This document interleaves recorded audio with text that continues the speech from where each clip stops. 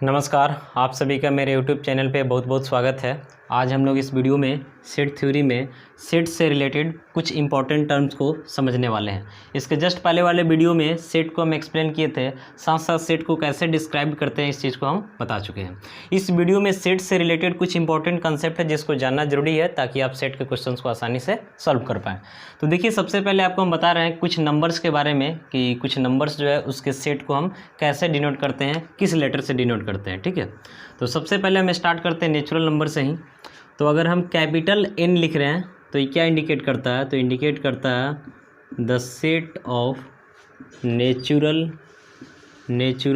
Numbers, यानी natural number का जो सेट होता है उसको हम किससे डिनोट करते हैं? तो कैपिटल N से डिनोट करते हैं। कैपिटल W लिख रहे हैं तो इसका मतलब हुआ the set of whole numbers, यानी जो होल नंबर का कलेक्शन होता है उसको हम किससे दिखाते हैं? तो कैपिटल W से दिखाते हैं। अगर हम यहाँ पे I लिख रहे हैं या फिर Z लिख रहे हैं कैपिटल में, तो ये आपको इंडिकेट करता है द सेट ऑफ इंटीजर्स को, द सेट ऑफ इंटीजर्स। हम लिख रहे हैं ऐसे I प्लस कर दिए या फिर Z प्लस कर दिए, तब इंडिकेट करेगा the set of positive integers, the set of positive integers. देखिए, यहाँ पे हम सीधे I या फिर Z लिखे हैं तो इसका मतलब है द सेट ऑफ इंटीजर्स, यानी यहाँ पे आपका पॉजिटिव भी आ जाएगा, नेगेटिव भी आ जाएगा, जीरो भी आ जाएगा। लेकिन यहाँ पे हम लिख रहे हैं I प्लस या फिर Z प्लस, तो इसका मतलब है the set of positive integers, यानी यहाँ पे सिर्फ और सिर्फ पॉजिटिव ही आएगा।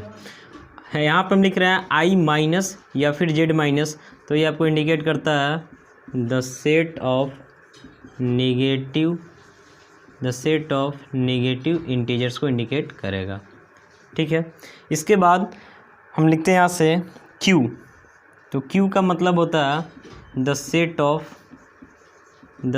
ऑफ रेशनल नंबर्स, यानी रेशनल नंबर के सेट को हम कैपिटल Q से इंडिकेट करते हैं, यानी डिनोट करते हैं। अगर हम यहाँ पे लिख रहे हैं Q डैश या फिर कंप्लीमेंट ऑफ Q, तो ये आपको इंडिकेट करता है द सेट ऑफ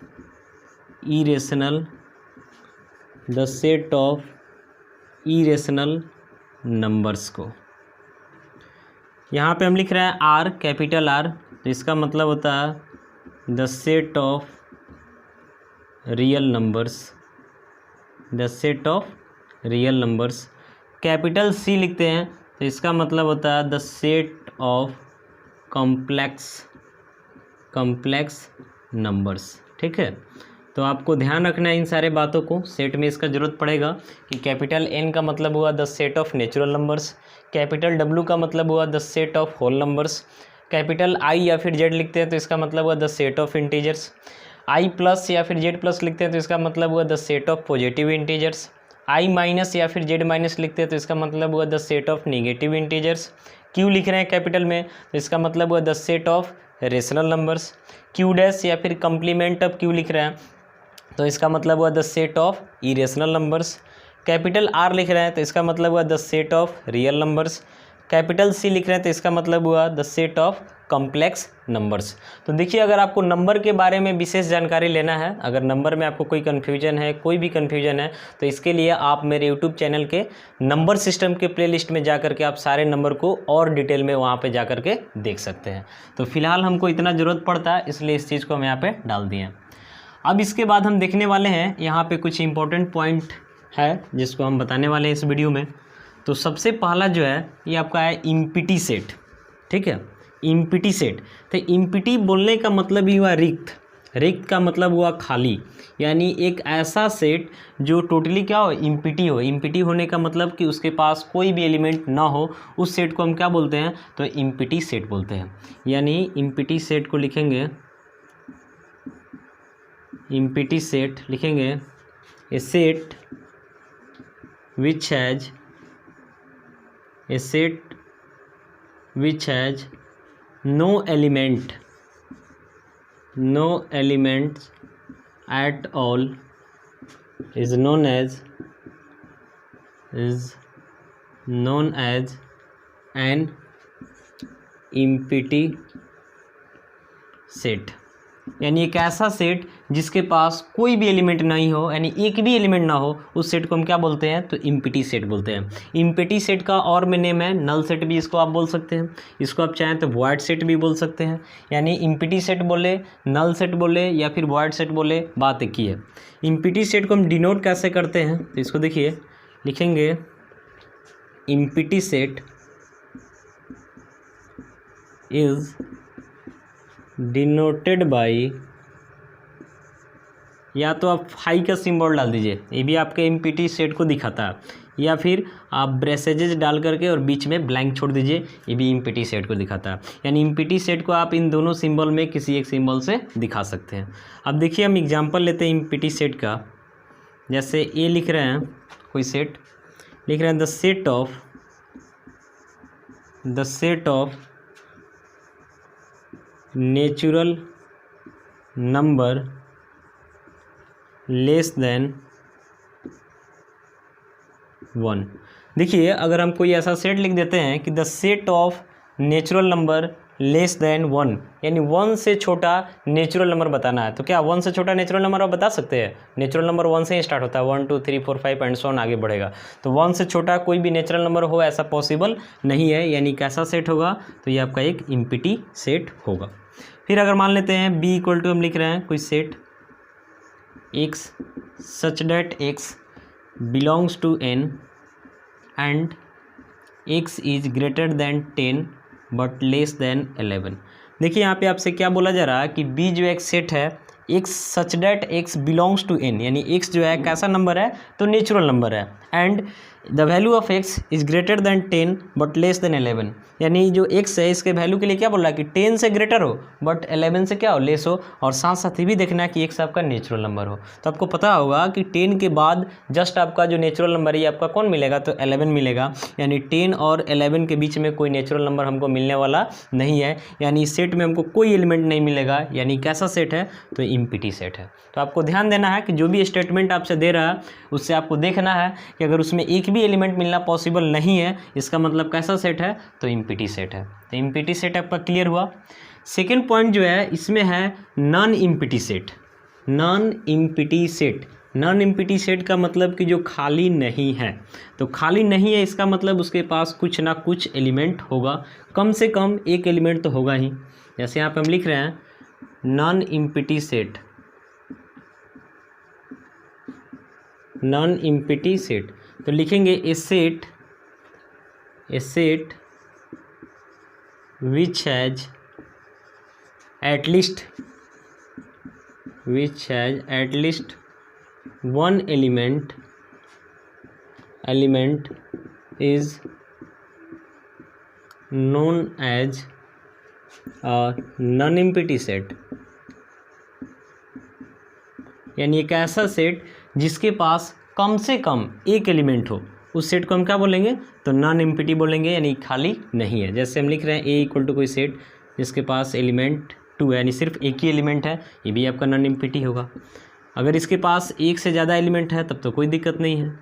यानी अगर किसी सेट के पास कम से कम एक भी एलिमेंट हो जाता तब उस सेट जो है एम्प्टी नहीं होगा, यानी कि नॉन एम्प्टी होगा। इसके बाद अगला आपका सिंगलेटन सेट, ठीक है। तो सिंगलेटन सेट का मतलब हुआ एक ऐसा सेट जिसके पास नंबर ऑफ एलिमेंट एग्जैक्टली 1 हो, यानी एक ही एलिमेंट हो, एक से ज़्यादा एलिमेंट नहीं होना चाहिए। नॉन एम्प्टी में आपको क्या बोला गया कि कम से कम एक एलिमेंट हो। तो कम से कम एक एलिमेंट होने का मतलब कि कम से कम एक भी हो सकता है, 2 भी हो सकता है, 3 भी हो सकता है, ज़्यादा भी हो सकता है, कोई लिमिट ऐसा नहीं है, कम से कम एक होना चाहिए।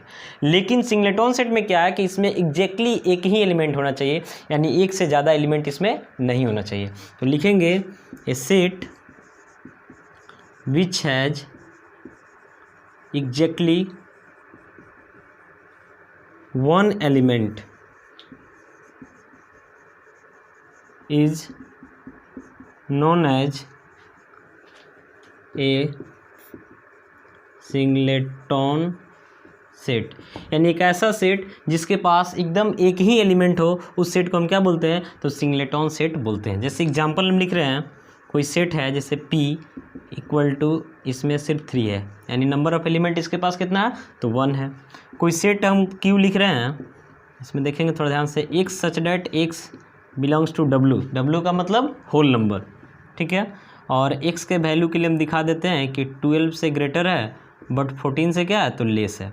तो यहाँ पे देख रहे हैं कि x आपको बोल रहा है होल नंबर है, 12 से ग्रेटर है, 14 से स्मॉलर है। तो होल नंबर 12 से ज़्यादा और 14 से कम चाहिए तो 13 नहीं मिलेगा आपको। तो यानी इस सेट में Q में जो है एलिमेंट कौन मिलेगा, 13 मिलेगा। यानी इसमें नंबर ऑफ एलिमेंट कितना है, तो नंबर ऑफ एलिमेंट की बात करते हैं तो 1 है। यानी कैसा सेट का एग्जाम्पल है, तो सिंगलेटन सेट का एग्जाम्पल है। तो आपको ध्यान रखना है कि एक ऐसा सेट जिसके पास नंबर ऑफ एलिमेंट एग्जैक्टली 1 हो, उस सेट को हम क्या बोलते हैं, तो सिंगलेटन सेट बोलते हैं। अब देखिए नेक्स्ट पॉइंट में आते हैं। नेक्स्ट पॉइंट आपका है फाइनाइट एंड इनफाइनाइट सेट्स, ठीक है। तो फाइनाइट एंड इनफाइनाइट सेट को समझने के पहले आप एक चीज़ को जान लें, cardinal number of finite set, ठीक है। और इसके बाद यहाँ पे आते हैं। सबसे पहले देखिए कि अगर हम कोई सेट लिख रहे हैं, ए कोई सेट लिख रहे हैं, यहाँ पे 3,4 कर दिए। तो अगर यहाँ पे बोला जाएगा कि इस सेट में कितना एलिमेंट है, तो इस चीज़ को हम लिखेंगे NA। इसको पढ़ेंगे क्या, तो इसको पढ़ेंगे number of elements in set ए।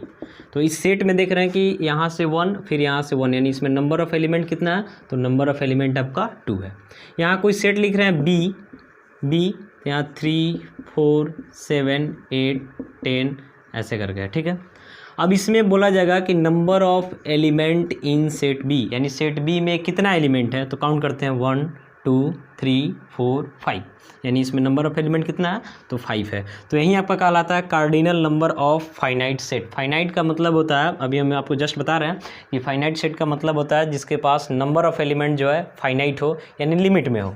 फिर यहाँ पे एक चीज़ और देखिए कि अगर हम C = कोई सेट लिख रहे हैं जिसमें एलिमेंट 1, 1, 2, 2, 2, अगर इसमें आपसे बोला जाता है कि इसमें नंबर ऑफ एलिमेंट बताइए, तो सबसे पहले आपको ध्यान रखना है कि किसी भी सेट में अगर एक एलिमेंट को आप एक से ज़्यादा बार लिखते हैं तो मीनिंगलेस है, यानी उसका कोई मतलब नहीं है। आपको एक एलिमेंट को एक ही बार लिखना है, एक ही बार काउंट होगा। तो इसमें देख रहे हैं कि 1 जो है 2 टाइम्स है, तो इसका कोई मीनिंग नहीं है, यानी 1 को हम कितना बार रखेंगे, तो एक ही बार रखेंगे।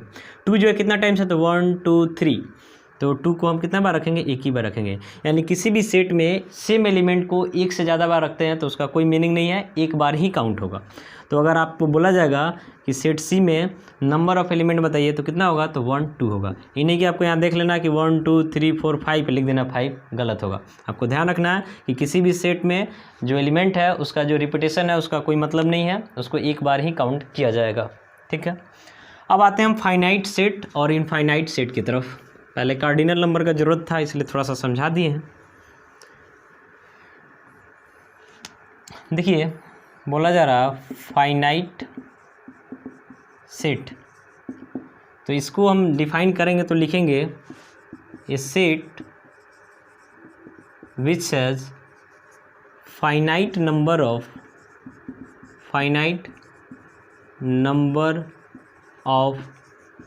Elements is known as a finite set। क्या बोला जा रहा है कि set which has finite number of elements is known as a finite set, यानी एक ऐसा सेट जिसके पास नंबर ऑफ एलिमेंट जो है फाइनाइट हो। फाइनाइट होने का मतलब नंबर कितना ज़्यादा, जैसे मान लेते हैं किसी सेट के पास 1000 एलिमेंट है, 1,00,000 एलिमेंट है, 1 करोड़ एलिमेंट है, उससे कोई मतलब नहीं है। फाइनाइट होना चाहिए, फाइनाइट का मतलब काउंटेबल होना चाहिए, तब उस सेट को हम क्या बोलेंगे कि फाइनाइट सेट बोलेंगे। जैसे A हम लिख रहे हैं कोई सेट 1, 2, 3, 4, 5, 6, 7, तो इस सेट में अगर बोला जाए कि एलिमेंट काउंट कीजिए तो इसमें नंबर ऑफ एलिमेंट आपका कितना होगा, तो 7 होगा। यानी इस सेट के एलिमेंट को हम काउंट कर सकते हैं, तो एक ऐसा सेट है तो फाइनाइट सेट है। कोई दूसरा सेट लिख रहे हैं जिसका एलिमेंट है A, I, O, U, ठीक है, और इसमें अगर आपसे बोला जाएगा कि नंबर ऑफ एलिमेंट बताइए तो नंबर ऑफ एलिमेंट आप इसमें तुरंत काउंट कर सकते हैं कि कितना है, तो 5 है, यानी ये भी फाइनाइट सेट है। यानी एक ऐसा सेट जिसमें नंबर ऑफ एलिमेंट जो है फाइनाइट हो, यानी जिसको हम काउंट करके बता सकते हैं कि कितना एलिमेंट है, उस सेट को हम क्या बोलते हैं, तो फाइनाइट सेट बोलते हैं। इसके बाद हम देखते हैं इनफाइनाइट सेट। इनफाइनाइट सेट, ठीक है, तो इसको डिफाइन करते हैं तो लिखेंगे a set which has infinite number of elements.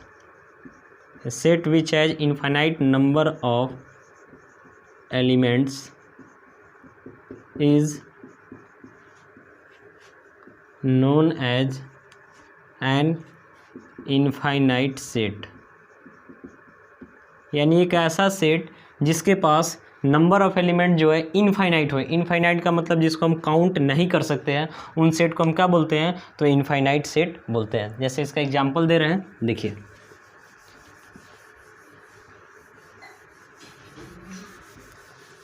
देखिए जैसे हम बोल रहे हैं कोई एक सेट लिख रहे हैं ए, और लिख रहे हैं यहाँ पे द कलेक्शन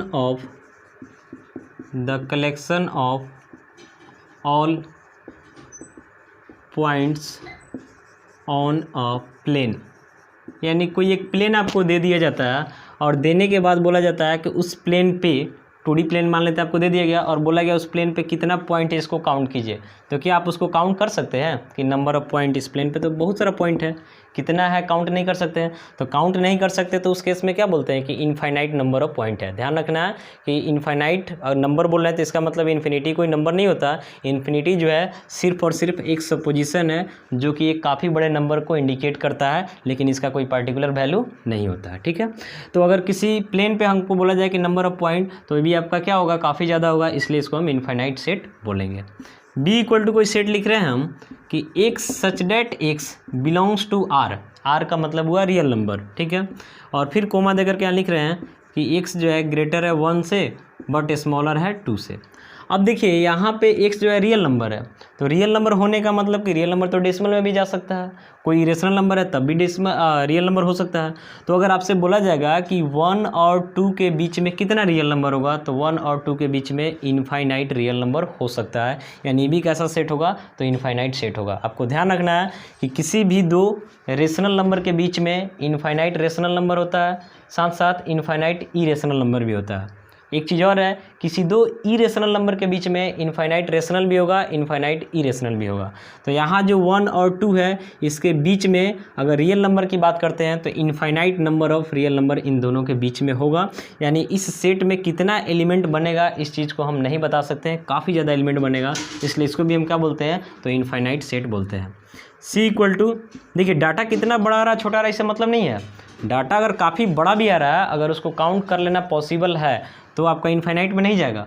काउंट करना पॉसिबल नहीं है तभी इनफाइनाइट में जाएगा, इस बात को आपको ध्यान रखना है। ठीक है, सी इक्वल टू जैसे कोई सेट लिख रहे हैं the set of tangents on a circle. देखिए अगर आपको कोई एक सर्कल दे दिया जाए, तो सर्कल का जो सरकमफ्रेंस है इस पर अगर पॉइंट के बारे में बात किया जाएगा तो इनफाइनाइट नंबर ऑफ पॉइंट होगा। ठीक है, और आपको पता है कि टेंजेंट ड्रॉ करने के लिए हमको सिर्फ और सिर्फ एक पॉइंट चाहिए। जैसे मान लेते हैं यहाँ से एक पॉइंट लिए और इसे हम टेंजेंट बना दिए। तो अगर आपसे बोला जा रहा है कि किसी सर्कल पे कितना टेंजेंट को ड्रॉ किया जा सकता है, तो इनफाइनाइट नंबर ऑफ टेंजेंट को ड्रॉ किया जा सकता है, यानी ये भी इनफाइनाइट सेट होगा। ध्यान रखना है कि किसी सर्कल पे अगर एक पॉइंट से बोल रहा है कि एक पॉइंट से कितना टेंजेंट ड्रॉ होगा, तब तो एक ही होता है, तो सिंगलेटन सेट में चला जाएगा। लेकिन डायरेक्टली बोल रहा है कि the set of tangents on a circle, यानी किसी सर्कल पे कितना टेंजेंट बन सकता है, तो इनफाइनाइट नंबर ऑफ टेंजेंट बन सकता है, यानी ये भी कैसा सेट होगा, तो इनफाइनाइट सेट होगा।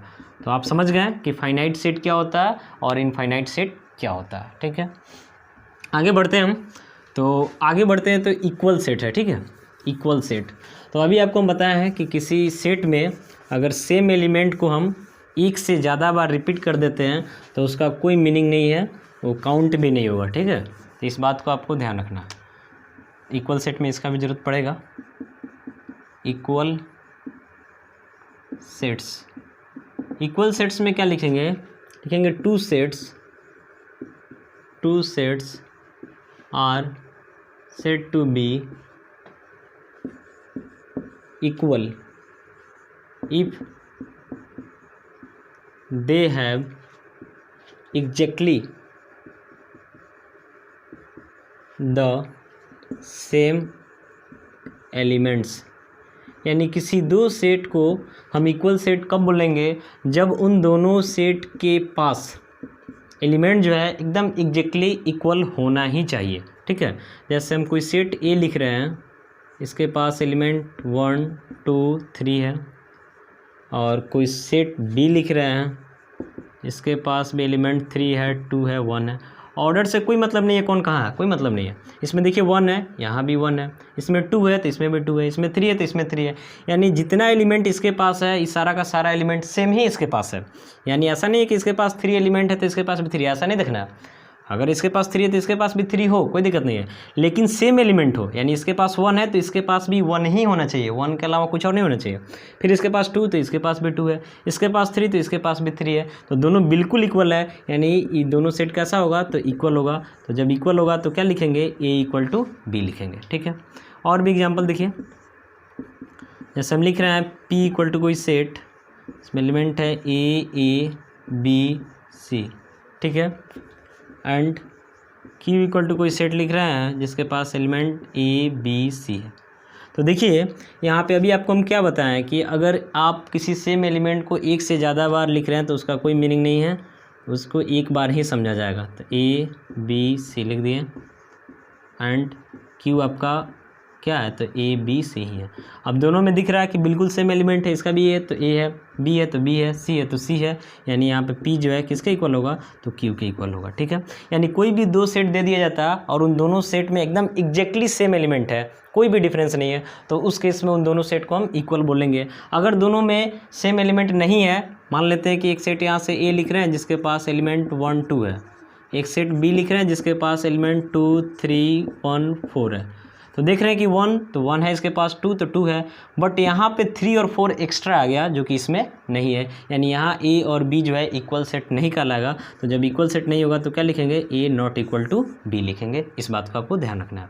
एक चीज़ और यहाँ पे ध्यान रखना है कि अगर कोई दो सेट इक्वल है तो उन दोनों सेट में नंबर ऑफ एलिमेंट जो है क्या होगा, सेम होगा। जैसे यहाँ भी काउंट करेंगे तो 1 2 3 एलिमेंट है, यहाँ भी काउंट करेंगे तो 1 2 3 एलिमेंट है। यानी number of element in set A equal होगा number of element in set B. यानी कोई भी दो सेट अगर आपस में इक्वल है तो उन दोनों सेट में नंबर ऑफ एलिमेंट जो है इक्वल होगा। इक्वल सेट को आप समझ गए। इसके बाद हम आते हैं अगला जो है मेरा point, cardinal number of finite set तो देख लिए। यानी cardinal number of finite set का मतलब हुआ कि जो फाइनाइट सेट है उसमें तो नंबर ऑफ एलिमेंट जो है डिफिनिट होगा, तो उसको हम क्या कर सकते हैं, काउंट कर सकते हैं। उसी चीज़ को हम बोलते हैं cardinal number of a finite set. यानी किसी फाइनाइट सेट में जो नंबर ऑफ एलिमेंट होता है उसी चीज़ को हम क्या बोलते हैं, तो cardinal number of a finite set बोलते हैं, ठीक है। अगला है equivalent sets. Equivalent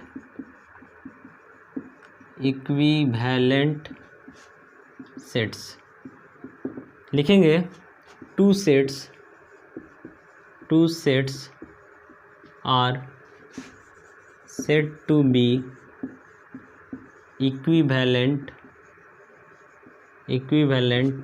if they have the same number of elements। देखिए आपसे क्या बोला जा रहा, यहाँ आपसे बोला जा रहा है इक्विवेलेंट सेट्स के लिए कि किसी दो सेट को हम आपस में इक्विवेलेंट सेट बोल सकते हैं कब, जब उन दोनों सेट के पास नंबर ऑफ एलिमेंट सेम होना चाहिए। जैसे हम लिख सकते हैं कि if N A equal N B, इसका मतलब है कि number of element in set A equal number of element in set B, then we can say that A and B are equivalent sets. देखिए इक्वल सेट में आपको क्या बताया, equal set में बताया कि अगर कोई दो सेट है तो एलिमेंट भी सेम होना चाहिए। यानी जो एलिमेंट ए में है वही एलिमेंट बी में भी होना चाहिए, तब हम बोलेंगे कि ए और बी इक्वल सेट है। जबकि यहाँ ऐसा बात नहीं बोल रहा, यहाँ बोल रहा है कि अगर कोई दो सेट है ए और बी और दोनों में नंबर ऑफ एलिमेंट सेम है, बाकी एलिमेंट सेम है या नहीं उससे कोई मतलब नहीं है, तो आप उन दोनों को इक्विवेलेंट सेट बोल सकते हैं। जैसे देखिए हम एक एग्जाम्पल ले रहे हैं कि ए इक्वल टू, इसमें लिख रहे हैं ए बी सी, ठीक है, एंड बी इक्वल टू ले लिए डी ई एफ। अब इसमें आपको देखने को मिल रहा कि number of element in set A कितना है, तो 1 2 3 है, ठीक है, and number of element in set B तो 1 2 3 है, यानी दोनों के पास नंबर ऑफ एलिमेंट क्या है, तो सेम मैंने लिखेंगे सिंस एन ए इक्वल है एन बी के, यानी क्या होगा, तो A and B are equivalent sets. ठीक है, तो यहाँ क्या बोलेंगे कि ए और बी जो है दोनों आपस में इक्विवेलेंट सेट है। और भी एग्जांपल यहाँ ले रहे हैं, जैसे पी इक्वल टू कोई सेट हम दे रहे हैं जिसमें एलिमेंट है ए बी सी डी, ठीक है, एंड क्यू इक्वल टू कोई सेट ले रहे हैं, इसका एलिमेंट है सी डी बी ए। तो देखिए नंबर ऑफ एलिमेंट इसके पास 1 2 3 4, इसके पास भी नंबर ऑफ एलिमेंट 1 2 3 4, यानी number of element in set P equal number of element in set Q के, यानी यहाँ पे पी और क्यू जो है कैसा सेट होगा, तो इक्विवेलेंट सेट होगा। भले ही यहाँ पे देख रहे हैं कि एलिमेंट भी सेम होगा ए, फिर यहाँ बी, यहाँ सी डी एलिमेंट भी सेम होगा, यानी इस केस में दोनों को हम इक्वल सेट भी बोल सकते हैं। तो ध्यान यही रखना है कि इक्विवेलेंट सेट के लिए सिर्फ और सिर्फ आपको दोनों सेट में नंबर ऑफ एलिमेंट चेक करना है। नंबर ऑफ एलिमेंट मैच कर गया बस आपका इक्विवेलेंट हो जाएगा। अगर एलिमेंट मैच कर गया तभी इक्विवेलेंट होगा, एलिमेंट मैच नहीं करता है तभी इक्विवेलेंट होगा। अब एक चीज़ यहाँ पर आपको देखने को मिल रहा कि इक्वल सेट में जो है, इक्वल सेट में दोनों में एलिमेंट जो है एग्जैक्टली सेम हो जाता है, तो नंबर ऑफ एलिमेंट तो सेम होगा ही। तो जो भी इक्वल सेट है, अगर मान लेते हैं कि हम बोल रहे हैं कि ए एंड बी कोई दो जो है इक्वल सेट है, तो इस केस में तो इतना कंफर्म है ना कि ए के पास जितना एलिमेंट होगा उतना ही एलिमेंट बी के पास भी होगा, यानी जो भी इक्वल सेट है इस सब का सब क्या होगा, तो इक्विवेलेंट सेट्स होगा। यानी लिखेंगे कि equal sets are always equivalent. क्या लिखेंगे, नोट में लिख रहे हैं, equal sets are always equivalent but converse need not be true. यानी कहने का मतलब है कि अगर कोई दो सेट इक्वल है तो कन्फर्म है कि दोनों इक्विवेलेंट होगा, बट कोई दो सेट इक्विवेलेंट है तब इक्वल होगा ऐसा कोई ज़रूरी नहीं है, तब डिपेंड करेगा एलिमेंट पे। अगर एलिमेंट सेम हो जाता है तो इक्वल हो जाएगा, यहाँ देख रहे हैं कि एलिमेंट सेम नहीं है तो यहाँ इक्वल नहीं होगा। तो इस चीज़ को आपको ध्यान रखना है कि अगर कोई भी दो इक्वल सेट है तो इक्विवेलेंट ऑलवेज होगा, बट इक्विवेलेंट है तो इक्वल होगा ऐसा कोई ज़रूरी नहीं है। ठीक है, तो इक्विवेलेंट सेट क्या होता है इस बात को हम समझ गए। एक चीज़ और लास्ट इसमें बचा हुआ, सेट ऑफ सेट्स। देखिए कहने से यहाँ पे क्लियर लग रहा है, सेट ऑफ सेट्स यानी जो सेट का सेट हो उसको हम क्या बोलते हैं, तो सेट ऑफ सेट्स बोलते हैं। देखिए हम इस पर कुछ कंसेप्ट क्लियर कर दे रहे हैं आपका। सेट ऑफ सेट्स, जैसे मान लेते हैं कि एस इक्वल टू हम कोई सेट लिख रहे हैं 3 4 5 9 10 11। तो देखिए यहाँ पे एस जो है एक सेट है, देख रहे हैं यहाँ ब्रेसेजेज है, यहाँ ब्रेसेजेज है, और इस ब्रेसेजेज के बीच में यहाँ 3 है। ई भी एक सेट को इंडिकेट कर रहा है, क्योंकि देख रहे हैं ना ब्रेसेजेज के अंदर अगर कुछ भी आ रहा है, जैसे सिर्फ इतना का बात कर रहे हैं तो ये भी एक सेट को इंडिकेट करेगा। ई भी जो है आपका एक सेट को इंडिकेट कर रहा है, ई भी जो है एक सेट को इंडिकेट कर रहा है। अगर आप कहीं पर डायरेक्ट लिख दे रहे हैं 10 तो इस सेट को इंडिकेट नहीं करेगा, लेकिन यहाँ पे ब्रेसेजेज लगा देते हैं तो इस सेट को इंडिकेट करेगा। इस बात को आपको ध्यान रखना है। ठीक है, तो देख रहे हैं कि जो सेट है इसके अंदर जितना भी दिख रहा है इस सब का सब क्या है, सेट है। इसको इसलिए इसको बोलेंगे सेट ऑफ सेट्स। ठीक है, यानी सेट ऑफ सेट्स, यानी सेट है किसका, तो सेट्स का ही सेट है। अगर इसमें आपसे बोला जाता है कि नंबर ऑफ एलिमेंट बताइए, तो ध्यान रखना है कि ई टू सेट जो है एक एलिमेंट के तौर पे ही काउंट होगा।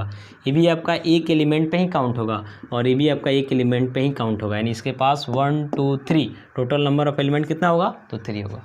फिर अगर यहाँ पे कोई लिख रहे हैं हम ऐसे कि 3, 4 5 10, ठीक है, अगर ये आपसे पूछा जाता है कि सेट ऑफ सेट्स है कि नहीं, तो देखिए इस ब्रेसेजेस के अंदर यहाँ 3 है, तो हम बोले अगर आप सीधे 3 लिख देते हैं तो इस सेट को इंडिकेट नहीं करेगा। इस सेट को इंडिकेट कब करेगा, जब इसको हम ब्रेसेजेस से ढक रहे हैं, यानी ये जो है एक सेट को इंडिकेट नहीं कर रहा। ये तो सेट को इंडिकेट कर रहा है चूँकि ब्रेसेज में है, ये आपका सेट को इंडिकेट नहीं कर रहा है, यानी ये जो है आपका सेट ऑफ सेट्स नहीं कहलाएगा। फिर यहाँ पर लिख रहे हैं अगर 5 10 13 14 और ये आपसे पूछ रहा है कि सेट ऑफ सेट्स है कि नहीं।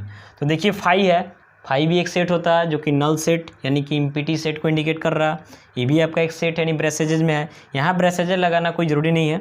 और ये भी आपका एक सेट को इंडिकेट कर रहा है यानी इस सेट ऑफ सेट्स कहलाएगा। यानी देखना है कि अगर किसी सेट के अंदर जितना भी सेट किसी सेट के अंदर जो भी एलिमेंट आ रहा वो सबका सब अगर सेट को इंडिकेट कर रहा तब उसको हम क्या बोलेंगे, तो सेट ऑफ सेट्स बोलेंगे। तो इस वीडियो में हम लोग देख लिए कि सेट थ्योरी में जो है कुछ इंपॉर्टेंट टर्म्स जिसको सेट थ्योरी में समझने के लिए ज़रूरत पड़ेगा, ठीक है। तो उम्मीद है कि हम जो इस वीडियो में समझाएं आपको समझ में आ गया होगा। यदि आपको मेरा वीडियो अच्छा लगा तो लाइक और कमेंट करना ना भूलें, पॉसिबल हो तो शेयर कर दें। यदि आप मेरे चैनल पर नए हैं तो सब्सक्राइब कर लें। मिलते हैं नेक्स्ट वीडियो में। Thank you.